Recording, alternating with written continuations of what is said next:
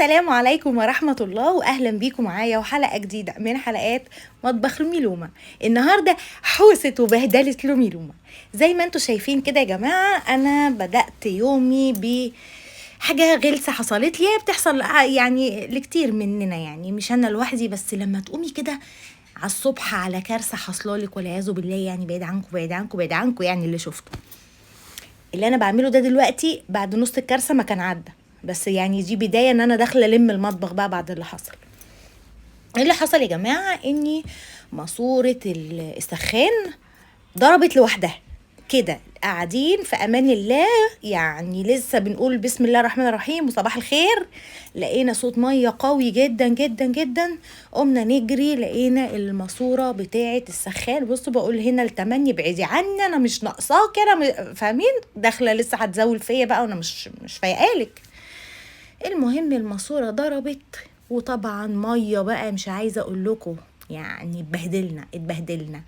الحاج ربنا يبارك له يا رب ويديله الصحة ويشفيه ويعافيه، بعت الحارس اشترى له وصلة وفك الوصلة القديمة وقفلنا المحابس وركب لي الوصلة الجديدة.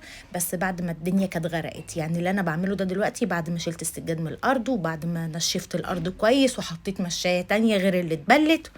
كارثة يعني. الحمد لله على اللي يجيبه ربنا، والحمد لله على نعمة الصحة، وان احنا قادرين ان احنا نسد في المواقف اللي زي دي. المهم زي ما شفتوا كده من شوية بدأت ألملم الدنيا كده حواليا، ولو في المواعين اللي كانت موجودة رميتها كلها في الغسالة.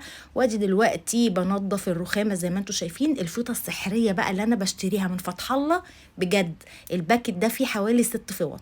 الفوطة بتقعد معايا ياما قوي على الحوض، عشان في ناس معتقدة ان هو وان يوزد، او هو استخدام واحد او استعمال واحد وتترمي بعد كده. لا يا جماعة، الفوطة دي ميكرو فايبر، بتتغسل تحت الحنفية بترجع جديدة خالص.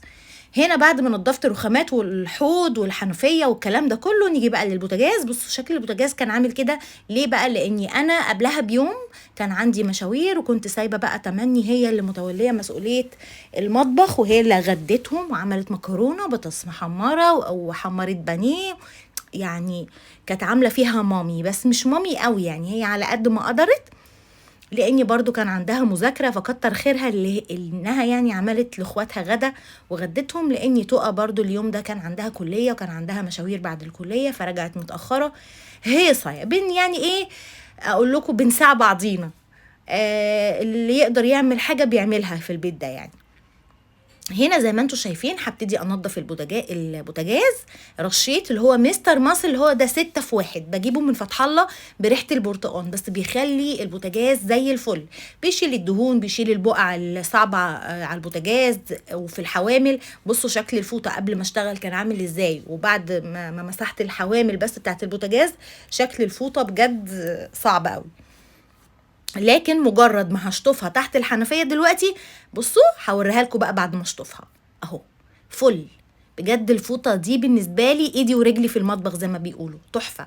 هنا بقى بالفرشة الصغننة دي، بصوا دعكة بسيطة جدا بعد المنظف ما ترش، لان البوتاجاز كانت حالته مش ميؤوس منها قوي، يعني ده طرطشة زيت على كم طرطشة صلصة بتاعت المكرونة. الحيطة طبعا دي لازم يوميا معايا مع البوتاجاز، لان انا لو سبتها هيتراكم عليها الدهون وهتبقى صعبة عليا بعد كده تنظيفها، يعني هيهد حيلي. فطالما اول باول كده ايدك في الحاجة، خلاص انسي بقى، هتتنضف معاكي. يعني البوتاجاز والحيطه ما خدوش في ايدي 10 دقايق اصلا. بصوا الفوطه اهو لسه شاطفاها موريها لكم، بصوا بقى شكلها عامل ازاي تحت الحنفيه، شاطفه بالميه بس، والله بصوا شطفايه بالميه بس كده، وعصرتها واروح المع بيها تاني.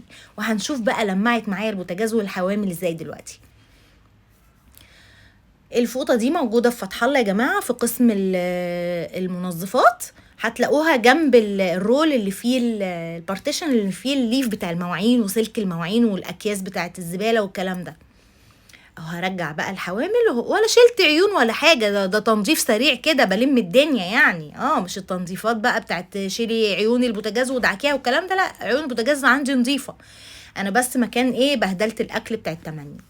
خلصت ونضفت واديكوا شفتوا الفرق بين قبل وبعد. المطبخ معايا بقى زي الفل، انا فرحانه بيه قوي. ابتدي بقى اعمل لهم غدا سريع. انا طبعا كنت متبله شاورما، شفتوها اكيد في فيديو تفريزات. طلعتها وطلعت الطاسه الكبيره دي، سخنت الطاسه قوي ونزلت بالفراخ على طول بعد ما فكت طبعا، وسبتها لما خدت صدمه واتشوحت. نزلت بنقطه زيت وشوحت الفراخ كده زي ما انتم شايفين. هفضل اقلب فيها، لازم دي ما تتسابش عشان ما تنشفش، وتفضلي بقى من وقت للتاني تقلبي ايدك فيها بقى. وطبعا هنا مقطعه ترانشات بصل وترانشات فلفل الوان اصفر واخضر واحمر. هقلب بقى كله مع بعضه. طبعا مش هحط اي نوع من انواع التوابل لان انا بالفعل مفرزه الشاورما بتتبيلتها، يعني متبله وفيها كل البهارات والتوابل بتاعتها، يعني يا دوب اتحطت في الطاسه بس عشان تستوي وعليها الخضار بتاعها ده. هشوح بقى من وقت للتاني معلقتين بقى صويا صوص، بيودوا بقى اللون والطعم في حته تانية بجد يعني. هبتدي بقى برضو اقلب، وزودت لها شويه ميه صغيرين قوي، اقل من ربع كوبايه، علشان انا مش عايزاها ناشفه، عايزاها تبقى جوسي شويه عشان لما نحشيها في السندوتشات تبقى ايه طريه كده وجميله. بصوا يعني تسويه الفراخ دي ما خدتش معايا بالظبط 10 دقايق، وما زالت تمني برضو عماله تزاولني. البت وقعت حته فرخه على الرخامه خدتها كلتها، فظيعه بجد. بس على فكره الفراخ كانت استوت هنا بقى اهو بق الميه اللي بقول لكم عليه، واقلب تقليبتين بقى واغطيها واسيبها 5 دقايق بالظبط على نار هاديه. جبت العيش الكايزر بتاعي هفتحه بالمقص. على فكره الناس اللي بتسالني ازاي بتستخدمي المقص في الاكل، ده مقص مخصص للاكل بس، وجايباه من تبروير، يعني مش مقص من تحت السلم حضرتك. ده مقص كويس جدا وصحي جدا، وانا مخصصه المقص ده بالذات للاكل فقط لا غير. في مقصات تانية عندي بقى للاستخدامات الاخرى، اما ده بالذات ممنوع يستخدم غير للاكل. هقص بيه عيش، هقص بيه خضره، هقص بيه فراخ، المهم هو للاكل وبس. هنا بقى حشيت السندوتشات كده زي ما انتم شايفين، معلقه شاورما في الساندوتش وعليها شويه طحينه وعليها بصل للي عايز، والف هنا وشفا. وده كان الفيديو بتاعي النهارده، يا رب يكون عجبكم. فيديو تحميسي كده سريع وتحفيزي عشان الستات اللي بتقوم كسلانه على الصبح. اشوفكم الفيديو الجاي على خير ان شاء الله، والسلام عليكم ورحمه الله.